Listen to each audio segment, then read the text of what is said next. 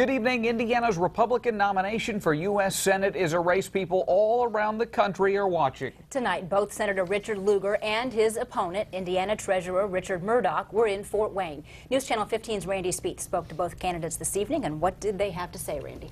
Well, Mark and Heather, things were pretty calm for the two tonight. Both candidates spoke to roughly 500 people at the Allen County Republicans' Lincoln Day dinner, but neither said anything negative towards the other. However, with 8 days before the primary, each has a message to get out before Election Day.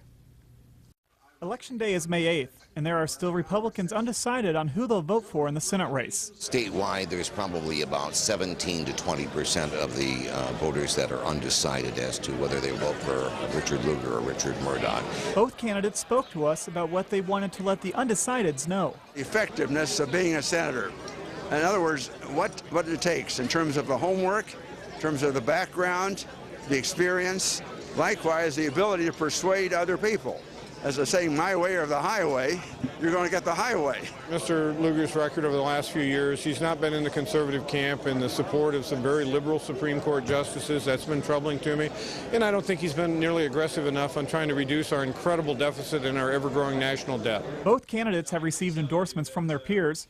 Arizona Senator John McCain has endorsed Senator Lugar, and McCain's former running mate Sarah Palin has endorsed Treasurer Mourdock. The words he used were that I've had courage, I've had foresight, I am not a proponent of the Obama administration. There's no one in America who has more influence on voters than Sarah Palin. Really sent a message to the grassroots of the Republican Party that they have a choice of a conservative.